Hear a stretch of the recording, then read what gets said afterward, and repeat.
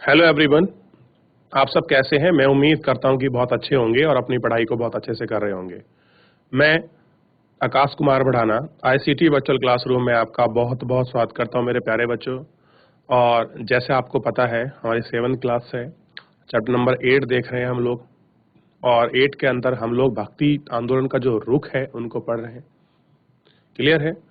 और इसके अंतर्गत हम लोग ने जब आपका लास्ट लेक्चर हुआ था तो महाराष्ट्र के जो प्रमुख संत थे उनको हमने पढ़ा, उनकी रचनाओं को पढ़ा, उनका क्या योगदान है, उन्होंने कैसे अपने विचार दिए, उन विचारों को हमने अपने लेक्चर के माध्यम से जाना और समझा है। अगर कोई ऐसा बच्चा है जिसको लेक्चर में कोई चीज़ समझ नहीं आई है, किसी प्रकार का डाउट है, कोई कमेंट है, तो आप लाइव जुड़कर चैट के माध्यम से आप हमें अपना प्रश्न, आप हमें अपना कमेंट भेज सकते हैं। क्लियर है बच्चों? तो आज हम जो बात करने वाले हैं एक नया टॉपिक है और बहुत ज़्यादा इंटरेस्टिंग होने वाला है आपका, क्योंकि आज हम लोग योगियों को देखेंगे, सिद्धों को देखेंगे और नाथपंथी को देखेंगे। ये बड़ा फेमस रहा है और उत्तर भारत में, और बल्कि ये कहेंगे पूरे भारत में, ये योगी बहुत आपके फेमस है। किन लोगों को आपका योगी कहा गया, किन को आपका सिद्ध कहा गया, क्लियर है? और इन सबको हम लोग आज अपने लेक्चर के माध्यम से इनको समझेंगे और जानेंगे। अगर कोई आपके यहाँ ऐसी पौराणिक कथा है, कोई ऐसी पूजा पद्धति पैटर्न है जो आपकी यूनिक है, आप हमसे शेयर कर सकते हैं, आप हमें उनके बारे में बता सकते हैं। कोई भी स्कूल का कोई भी बच्चा, कोई आपका प्रश्न है, कोई डाउट है, कोई चीज आपको समझ नहीं आई है, चलिए सीधे हम चलते हैं डिजिटल बोर्ड के। देखिए बच्चों, आज हम लोग शुरू करने वाले, जैसे कल आपका लेक्चर आपका अंतिम हो रहा था, तब मैंने आपको बताया था कि हम लोग नाथपंथी, सिद्ध और योगी के बारे में पढ़ेंगे। आपने सुना होगा कि बहुत व्यक्ति को आपका सिद्ध बोला जाता है कि ये सिद्ध है, ये योगी हैं, ये उस पंथ के हैं, ये नाथपंथी हैं। देखिए, हमें जो है पूरा इनका कोई हिस्ट्री नहीं पढ़नी है, कोई इनकी पूरी हमको रिसर्च नहीं करनी है। हमको केवल ये पढ़ना है कि हमारे लिए कितना जरूरी है और कितनी चीजें आवश्यक हैं उन चीजों को, ताकि हम लोग जान सकें कि नाथपंथी किनको बोलते हैं, सिद्ध किनको बोलते हैं, योगी किनको बोलते हैं, ये क्या होते हैं। इन विषय में हम लोग आपका जानेंगे। ठीक, चलिए हम लोग प्रारंभ करते हैं। सबसे पहले देखिए, इस काल में अनेक ऐसे धार्मिक समूह उभरे। देखिए, धर्म के अंदर भी क्या है बच्चों, ध्यान देना है, जो हमारे धर्म है उनमें कुछ समूह है। क्लियर? अब देखिए, जैसे हिंदू धर्म में आपके वैष्णव धर्म वाले हैं, अलवार वाले हैं, नैनार वाले हैं, क्लियर है, कुछ आपके प्राकृतिक पूजा वाले हैं, और यही आपके नाथपंथी भी आपका हिंदू धर्म के अंदर ही आपका समूह है, जिन्होंने साधारण तर्क वितर्क का सहारा लेकर रूढ़िवादी धर्म के कर्म कांडों और अन्य बनावटी पहलुओं तथा समाज व्यवस्था की आलोचना की। कैसे इन्होंने तर्क वितर्क करा है कि जो लोग आपके रूढ़िवादी आपके धर्म को लेकर चल रहे हैं कि हवन होना चाहिए, इस तरह का पूजा व्याख्यान होना चाहिए, इस तरह के धार्मिक अनुष्ठान होने चाहिए, ये सारे कर्म कांड है, इनके खिलाफ। और कह रहे जो बनावटी पहलू हैं उन पहलू से क्या करिए, तथा जो आपकी सामाजिक व्यवस्था है उसकी आलोचना करिए। अब देखिए, जितनी चीजें आपने पढ़ी हैं ये कहीं ना कहीं लोग समाज में सुधार की ही अपनी कोशिश थी इन लोगों की, कि समाज को कैसे सुधारा जाए। जो धार्मिक रूप से आपकी कुरीतियां आ गई हैं, रूढ़िवादिता आ गई हैं, या आप कहेंगे जो आपका कर्म कांड जो बढ़ रहा है, या जो बनावटी चीजें पहलू शुरू होगी, उनको कैसे समाप्त किया जाए, इस स्टेप में हमको बात करनी है। उन्हें नाथपंथी, सिद्धाचार तथा योगी जन उल्लेखी हैं। उनमें संसार का परित्याग करने में समर्थन किया है। उनके विचार से नकार, निराकार, परम सत्य का चिंतन मनन और उनके साथ एक होने जाने की अनुभूति ही की मोक्ष का मार्ग है। अब देखिए, इन्होंने क्या बताया कि अगर वह किसी व्यक्ति को मोक्ष का मार्ग कैसे मिलेगा, उसके लिए क्या शक्ति, उन्होंने बताया कि जो भी आपका परमात्मा है वो क्या है, निराकार है। और चिंतन मन, यानी जिस मन से हम उसकी पूजा करते हैं, उसको मानते हैं, हमें क्या होना चाहिए, उसके साथ एक होकर अनुभूति का जो मोक्ष है उस मार्ग पर जाना चाहिए। क्या करना चाहिए? उस मार्ग पर जाना चाहिए। इसके लिए उन्हें योगासन, प्राणायाम, चिंतन मनन जैसी क्रियाओं के माध्यम से मन एवं शरीर को कठोर प्रशिक्षण देने की अवस्था पर बल दिया। ये किस पर बात करते हैं? ये शरीर को प्रशिक्षित करते हैं ताकि हम इतने मजबूत हो जाएं और इतना सिस्टमैटिक हो जाएं। देखिए, अगर हम लोग योगा करेंगे, आपका प्राणायाम करेंगे, तो ऑब्वियस है कि हम लोग क्या होंगे, फिट होंगे फिजिकली, और फिजिकली फिट है तो हम लोग मेंटल बिल्कुल प्रिपेयर रहेंगे। जब दिमाग शांत होगा तो हम लोग किसी एक चीज पर चिंतन कर सकते हैं, मनन कर सकते हैं, उस पर आचार विचार, हम उसकी गहराइयों को जान सकते हैं, उस प्रकार की जो भी चीजें हैं। और हम अपने जो हमारा शरीर है, हम उसको इस लायक कर लें कठोर चीजों से, तब करके, ताकि ये समूह खास तौर पर नीची कहीं जाने वाली जातियों में बहुत अधिक लोकप्रिय हुआ। आप देखिए ये कहाँ हुआ कि जो आपका, आप देखिए उस समय आपके सामाजिक व्यवस्था में बात की चली थी कि आपकी नीची जाति, आप देखिए कोई ना नीचा होता है ना कोई ऊंचा होता है, सर्व समान है। जैसे मैं आपको बताता हूँ, क्योंकि देखिए ये जो सामाजिक आंदोलन हो रहे हैं, जिन व्यवस्थाओं ने, जिन धार्मिक कर्म कांडों ने हमारे जातीय व्यवस्था को जो आपका जटिल बनाया था, वो जटिल व्यवस्था से दूर होकर, अलग होकर परमात्मा से जुड़ने का जो मार्ग बताया है, वो उन लोगों ने ज्यादा एक्सेप्ट किया है जो उस कर्म कांड से दूर रहे या उसका हिस्सा नहीं बन पाए किसी कारणवश। तो उन चीजों में ज्यादा अब आपका पॉपुलर हो गया, क्योंकि एक जगह है जहां पर तुम्हें केवल क्षण मात्र का तुम्हारा पार्टिसिपेशन है, और दूसरी जगह है जहां पर 100% आपका पार्टिसिपेट कर सकते हो, और जिसके तुम आराध्य हो या जिसको तुम आराध्य आपका मानते हो, उस पर अपनी बात कर सकते हो। उनके द्वारा की गई रूढ़िवादी धर्म की आलोचना भक्ति मार्ग धर्म के लिए तैयार किया गया, जो आगे चलकर उत्तर भारत में लोकप्रिय शक्ति बनी। और क्या हो गया कि आगे चलकर वो क्या हो गया, आपका बहुत ज्यादा आपका लोकप्रिय हो गया। ठीक, ये थोड़ा सा एक छोटी सी इमेज हमारे सामने दी कि कैसे प्रशिक्षित हैं हर प्रकार में योगी। आप देखिए संत होते हैं, आप जब भी कुंभ होता है कहीं भी, या कोई धार्मिक आपका सम्मेलन होता है, तो वहाँ अलग अलग प्रकार के आपके संत आते हैं। उन संतों से हमको देखना चाहिए। इस्लाम और सूफी मत, अब जितनी भी ये हमने चीजें पढ़ी हैं, ये कहाँ थी?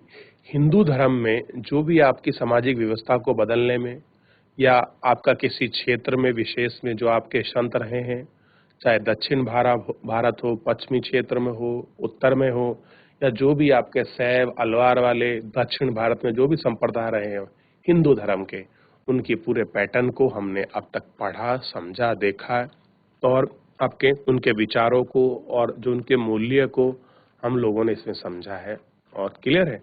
तो हम लोगों ने हिंदू धर्म में जो भी आपके धार्मिक सुधार थे या जो भी आपकी चीजें थी, उनको हम लोगों ने देख लिया। अब हमको पढ़ना है इस्लाम और सूफी मत, क्योंकि इस प्रकार के समाज सुधार, इस्लाम के अंदर होने वाली चीजें क्या, उसमें सूफी मत थे। सूफी मतलब जो संत होते हैं, क्योंकि हर धर्म में अपने साधु संत हैं, उनका मत माने होता है विचार, क्या उनका विचार है, और क्या स्कूल से, किसी भी स्कूल से कोई ऐसी चीज है जो उसको समझ नहीं आई है, कोई चीज जानना है, कोई चीज पूछनी है, तो बच्चों, क्योंकि देखिए चैप्टर के अंदर ही नई आपकी यूनिट शुरू हो रही है, इस्लाम और सूफी मत। तो इससे पहले में अगर कुछ आपको पूछना है, कोई आपका डाउट है, किसी प्रकार का कोई आपको कंफ्यूजन है, कोई चीज आपको पूछनी है, कोई आपको क्लियर करना है, आप मुझसे पूछ सकते हैं। कोई बच्चा? चलिए ठीक है, नहीं है तो हम लोग क्या करते हैं, आगे की तरफ जो है आगे बढ़ जाते हैं, और आपको ध्यान देने की आवश्यकता है कि इस्लाम और सूफी मत किस प्रकार से प्रचलित हैं, इन सब को हम लोग आपका जानेंगे बच्चों। ध्यान, ठीक है, ध्यान रखें आप लोग। अब देखिए बहुत सारे आपके जो भी आपके सूफी मत जो आपके प्रचलित हैं, उन आपका सूफी मतों को हम लोग पढ़ेंगे और आपका जानेंगे। क्लियर है बच्चों? क्लियर है। देखिए संतों और सूफियों में बहुत अधिक समानताएं थी। कह रहे जो आपके संत हैं, जो आपके सूफी हैं, उनमें बहुत अधिक समानताएं। क्लियर? अब देखिए संत बोलते हैं जो आपके हिंदू से, जो आपके हिंदुओं के संत, उनको हम संत बोलते हैं। जो आपके मुस्लिम धर्म में जो आपके संत होते हैं, उनको हम क्या बोलते हैं, आपका सूफी बोलते हैं। और कह रहे कि इन दोनों में क्या थी, बहुत अधिक आपकी समानता। ठीक है बच्चों, क्या थी? समानता थी। कैसे? देखिए यहां तक कि यह भी माना जाता है कि उन्हें आपस में कोई विचार का आदान प्रदान किया और उन्हें अपनाया। अब देखिए कुछ चीज ऐसी हैं कि एक दूसरे के विचार आपके ट्रांसफर होते हैं, कुछ चीज होती हैं जो एक्सेप्ट की जाती हैं। जैसे आप, मैं एक छोटा सा आपको एग्जांपल देता हूं। जो गुरु ग्रंथ साहिब है, सिखों का जो धार्मिक ग्रंथ है, गुरु ग्रंथ साहिब में आपके कबीरदास, बाबा फरीद और बहुत सारे ऐसे मत प्रचलित हैं और धर्मों के जिनको आपका संकलन करके समाहित किया गया, क्योंकि वो समाज में अच्छी दृष्टि को बनाने वाले, समाज की व्यवस्था को समझकर समाज को समझाने वाले वहां चीजों का संकलन किया गया है गुरु ग्रंथ साहिब में। आप लोग पढ़ोगे तो बहुत सारी चीजें जो हैं आपको पढ़ते पढ़ते, आपको चीजों को जानते, ये सारी चीजें आपको बहुत अच्छे से आपको क्लियर हो जाएंगी और आप स्टेप बाय स्टेप सारी चीजों को आपका समझते चले जाओगे। देखिए, यहां तक कि यह भी माना जाता है कि उन्हें आपस में कई विचारों का आदान प्रदान किया और उन्हें अपनाया। सूफी मुसलमान रहस्यवादी थे। कह रहे जो आपके सूफी मुसलमान थे वो क्या थे? रहस्यवादी। कुछ आपका मिस्ट्री उसमें वो आपका रहती थी। वे धर्म के भारी आडंबरों को अस्वीकार करते थे। कह रहे जो धर्म में, देखिए हर धर्म में क्या होता है, आडंबर होते हैं। आडंबर मतलब होते हैं, ये समझिए जो धर्म का नहीं होता लेकिन उसको मानते कि ये चीज धार्मिक है, जो धार्मिक ना हो। आडंबर है, बिना बात के अपनी चीजें आदमी खुद बनाता है इंडिविजुअल अपनी तरफ से और उसको धर्म के ऊपर थोप देता है, स्वीकार करते हैं। ईश्वर के प्रति प्रेम और भक्ति तथा मनुष्य के प्रति दया भाव रखने वालों पर बल देते हैं। क्या देते हैं? उन पर बल देते हैं। ठीक, आगे देखिए। इस्लाम ने अनेकेश्वरवाद यानी कि एक अल्लाह के प्रति संपूर्ण समर्पण का दृढ़ता से विचार। देखिए, इस्लाम धर्म किसको फोकस करता है? एकेश्वरवाद। बच्चों, किसको फोकस करता है? एकेश्वरवाद को, यानी अल्लाह के प्रति पूर्ण समर्पण, दृढ़ता से विचार। क्या चाहते हैं कि हमारा जितना त्याग हो, हमारा समर्पण हो, किसके प्रति हो? अल्लाह के प्रति हो। 8वीं और 9वीं शताब्दी में धार्मिक विद्वानों ने पवित्र कानून, अब देखिए इनके यहाँ पवित्र कानून बोलते हैं, इसको बोलते हैं सरिया, और इस्लामिक धर्मशास्त्र के विभिन्न पहलुओं को विकसित किया। अब जो वहाँ के 8वीं और 9वीं सदी में क्या होता है आपका सरिया, देखिए एक कानून होता है इस्लाम धर्म का, जिसे हम बोलते हैं सरिया का कानून है, जिसके अनुसार धार्मिक चीजें होती हैं, उनकी सही गलत उनकी व्याख्या इसके अनुसार होती। इस्लाम धीरे धीरे और जटिल होता गया जब सूफियों ने एक अलग रास्ता दिखाया जो ईश्वर के प्रति व्यक्तिगत समर्पण पर बल देगा। अब देखिए, बात हम सबकी बात एक ही आएगी कि जो धार्मिक कर्म कांड है, जो आपकी चीजें हैं, आप उस पर ध्यान मत दीजिए।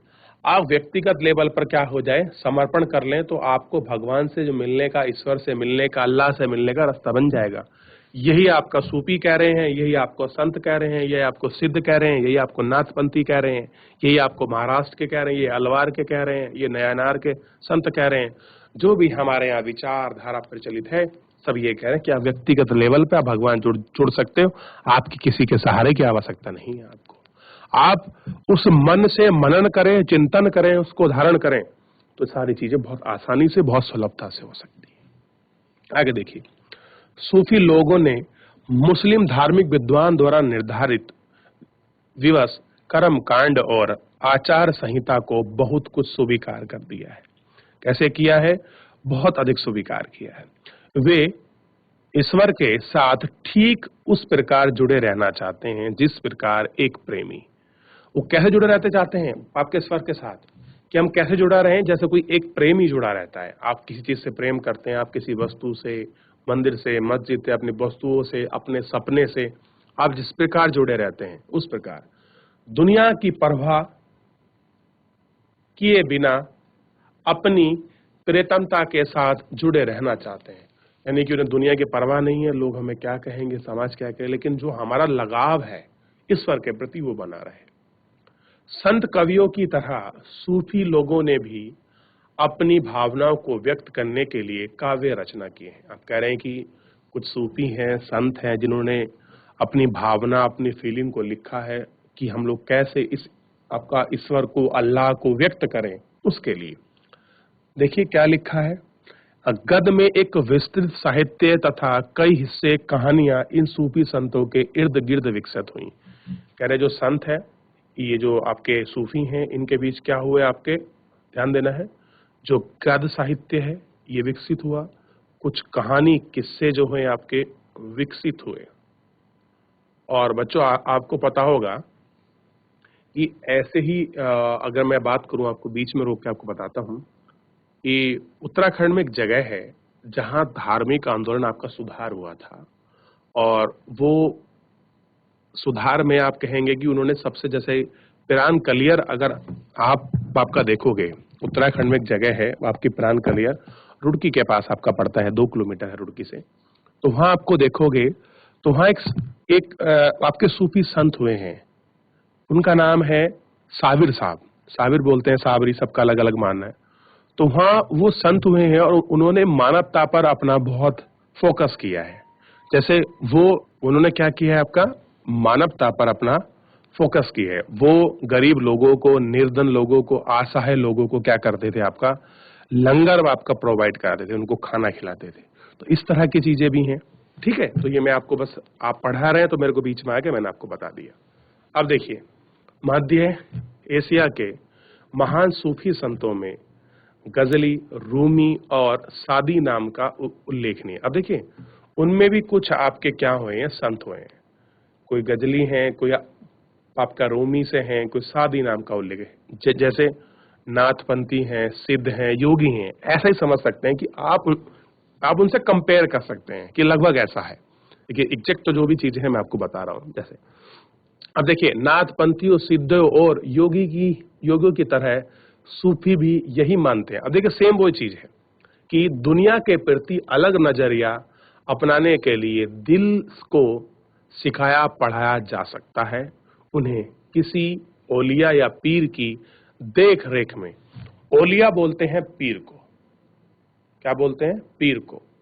जिक्र मतलब नाम का जाप, आप किसी पीर का या औलिया जो है उसके नाम का आप लोग जाप कर सकते हैं। क्लियर है, आप उनको देख सकते हैं। चिंतन, समा मतलब होता है गाना। अब देखिए, आप जाएंगे तो हम बोलते हैं ना कि आपका समा बांध दिया, समा नहीं बनता बच्चों, असल में गाना इतना बढ़िया था। देखिए, कहीं कव्वाली होती है, ठीक है, और कहीं कीर्तन होता है, कहीं जागरण होता है। रक्स मतलब नृत्य, नीति चर्चा यानी कि सांस का नियंत्रण, ये सब चीजें होती हैं जो आपके मेडिटेशन में होती है कि हमको अपनी सांस पर ध्यान रखना, अपनी ब्रीदिंग पर। ये थोड़ा आपकी स्पिरिचुअल वाली चीजें हैं। प्रशिक्षण की, जो आपके प्रशिक्षण की विस्तृत रीतियों का विकास किया कि जाप आपका किस प्रकार से करें, चिंतन कैसे करें, समा कैसे करें, नृत्य कैसे करें। अब नृत्य का मतलब ऐसे नहीं कि डांसिंग फॉर्म कर रहे हैं, हम लोग बैठे बैठे झूमते मगन हो जाते हैं ना। आप सुना होगा जब भी हरे कृष्णा हरे रामा वाला होता है या कोई आपका सूफी सॉन्ग चलता है, सिंगर है, तो आप क्या होते हैं, मगन हो जाते हैं, आप झूमने लगते हैं, तो वो नृत्य है। ऐसा नहीं है कि आप उसमें डांस कर रहे हैं। ठीक इस तरह की चीजों को विकसित किया कि आप मन से, आप व्यक्तिगत रूप में आप क्या हो, ईश्वर से जुड़े। इस प्रकार आध्यात्मिक सूफी उस्तादों की पीढ़ी सिलसिलों का दुष्प्रभाव हुआ। इनमें हर एक सिलसिला निर्देशों व धार्मिक क्रियाओं से थोड़ा अलग अलग आपका तरीका अपनाया। बहुत सारे ऐसे सिलसिले चले, बहुत सारी आपकी पीढ़ियां बनी उस्तादों की, जिन्होंने अलग अलग तरीके से अपनी चीजों को आपका मेंटेन किया। अब हम कुछ आपकी पिक्चर्स हम लोग आपका देखते चलते हैं ताकि हमको समझ आए कि क्या स्थिति है। अब देखिए, कोई बोलते हैं कि मैं भगवान से अगर मैं उसका भजन करूंगा तो मैं मिल जाऊंगा। कोई कहता है अगर मैं ध्यान लगाऊंगा, मेडिटेशन करूंगा तो मेरे को गॉड मिल जाएंगे। कोई कहता है कि मैं मंदिर में जाऊंगा, पूजा करूंगा तो मेरे को मिल जाएंगे। कोई बोलता है मैं घर में अपना राम नाम ले लूंगा तो मिल जाएंगे। तो सबका ये जो एक व्यक्तिगत लेवल पर अपना एक क्या है, वो कनेक्ट है गॉड से, ईश्वर से, अल्लाह से, सबका एक वो अलग अपना तरीका है। ठीक है बच्चों, ये ध्यान रखना है। थोड़ा सा हम लोग इसको आगे देखते हैं कि 15वीं से कश्मीर में 15वीं व 16वीं सदियों में सूफीवाद के ऋषि पंथ का उदय हुआ। इस पंथ में शेख निरुद्दीन वाली, जिन्हें नंद ऋषि के नाम से जाना जाता है, जिन्हें कश्मीर के लोगों के जीवन पर गहरा प्रभाव पड़ा। ऋषि संतों को समर्पित कई स्मारक आपके कश्मीर के कई भागों में पाए जाते हैं। अब देखिए, पिक्चर हमको दिखाई दे रहे हैं, ये व्यक्ति हैं, अलग अलग पंथ वाले लोग हमको दिखाई दे रहे हैं।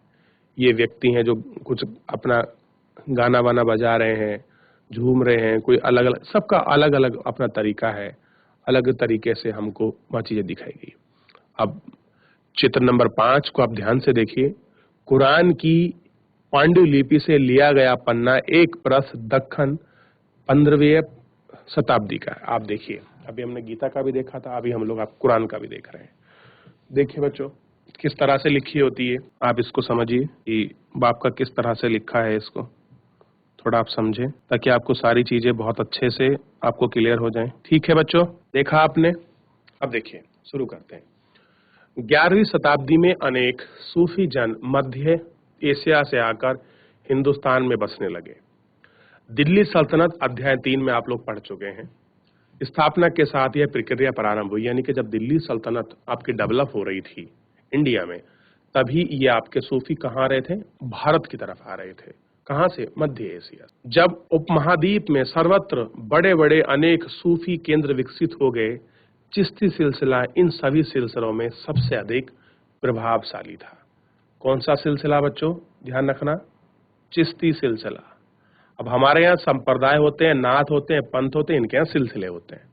ठीक, अब देखिए, इन सभी सिलसिलों में क्या था? सर्वाधिक प्रभावी था। इसमें औलियाओं की एक लंबी परंपरा थी। औलियाओं की मतलब पीरों की एक परंपरा थी। जैसे अजमेर के ख्वाजा निजामुद्दीन चिश्ती, दिल्ली के कुतुबुद्दीन बख्तियार काकी, और आपको ध्यान होना चाहिए कि दिल्ली में जो आपका कुतुब मीनार बनी है, वो कुतुब मीनार का जो नाम है कुतुबुद्दीन बख्तियार काकी के नाम पर ही पड़ा है कुतुब मीनार का नाम। ये जो बच्चे क्लास में आपका उछल कूद कर रहे हैं, शांत होकर बैठिए, ध्यान दीजिए पूरी तरह से। चलिए, अब देखिए, पंजाब के बाबा फरीद, अभी जिसकी मैं आपको जो बात कर रहा था, बाबा फरीद, और दिल्ली के क्या है? ख्वाजा निजामुद्दीन औलिया। ठीक, और गुल मक्का क्या है? बंदाबाज। ये आप इनको देखिए। ठीक, ये क्या रहे हैं? अनेक सूफी औलिया परंपरा से आपके जुड़े रहे हैं, और इनको आपको थोड़ा जानना है। ठीक, और जो आपके पिरान कलियर में जो साविर साहब हैं, वो आपके बाबा फरीद के ही आपके क्या है? शिष्य हैं। इस तरह से चीज जुड़ी हुई। अब देखिए, थोड़ा आपको समझना है। सूफी संतों ने अनेक खानकानाओं को में विशेष बैठक का आयोजन कराया, जहां सभी प्रकार के भगतगण, उनमें शाही घरानों के लोग तथा अभिजात मतलब जो आपके बड़े मालदार जमींदार वर्ग होते हैं, और आम लोग भी शामिल थे। यानी कि शाही घरानों के लोग भी आते थे, ऊंची जातियों के लोग भी आते थे, आम लोग भी आते थे, और जो उनके भगतगण हैं वो भी आते थे। इन खानाओं में आते थे, वे आध्यात्मिक विषयों पर चर्चा करते थे, अपनी दुनियादारी की समस्याओं को सुलझाने के लिए संतों से आशीर्वाद मांगते थे, अथवा संगीत तथा नृत्य के जलसों से ही शामिल होकर चले जाते थे। क्या होता थे? वो लोग इनके पास आए हैं, बैठे हैं, जलसों में जुड़े हैं, और उनसे शामिल होकर वो लोग आपका चले जाते थे। ठीक, ये आपको पता होना चाहिए कि किस प्रकार से वो आपका जा रहे हैं, किस प्रकार से वो आपका निकल रहे हैं, ये थोड़ा सा आपको देखना होगा। ठीक, आगे देखिए, थोड़ा सा आप इसको पढ़िए। अक्सर लोग यह सोचते हैं कि सूफी औलिया के पास चमत्कारी शक्तियां होती हैं, जिनसे आम लोगों को बीमारी तकलीफों से छुटकारा मिल जाता है।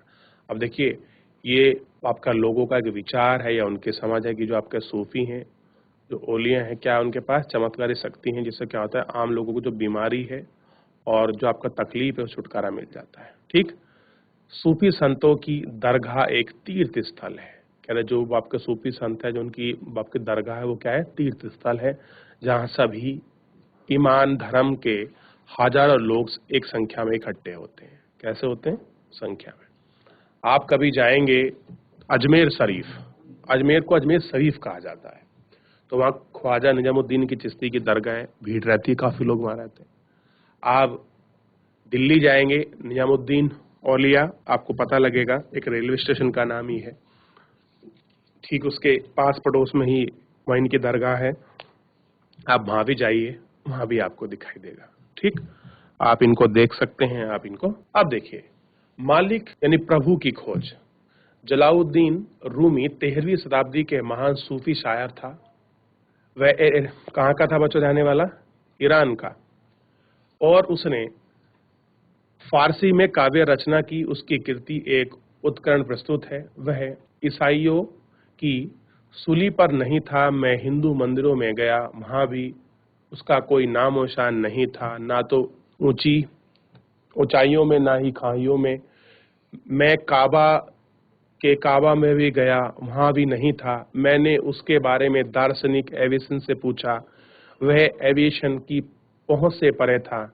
मैंने अपने दिल में झांका, जहां उसकी जगह थी वहां मैंने उसको पाया और वहां कहीं नहीं था।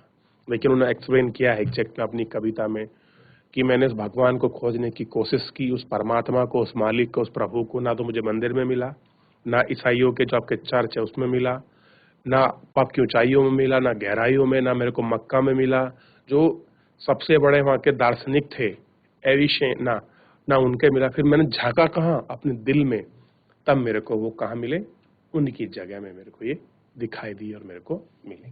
तो ये जो सूफी धर्म का जो इनका आंदोलनवाद था, उनको हमने पढ़ा और उनको समझा है कि कैसे कहाँ ये मिले हैं। इनको हमको आपको देखना है और इनको समझना है कि क्या स्थिति में इनको हम लोग देख सकते हैं। ठीक है बच्चों, पढ़िए, थोड़ा जानिए। आइए हम लोग आगे बढ़ते हैं।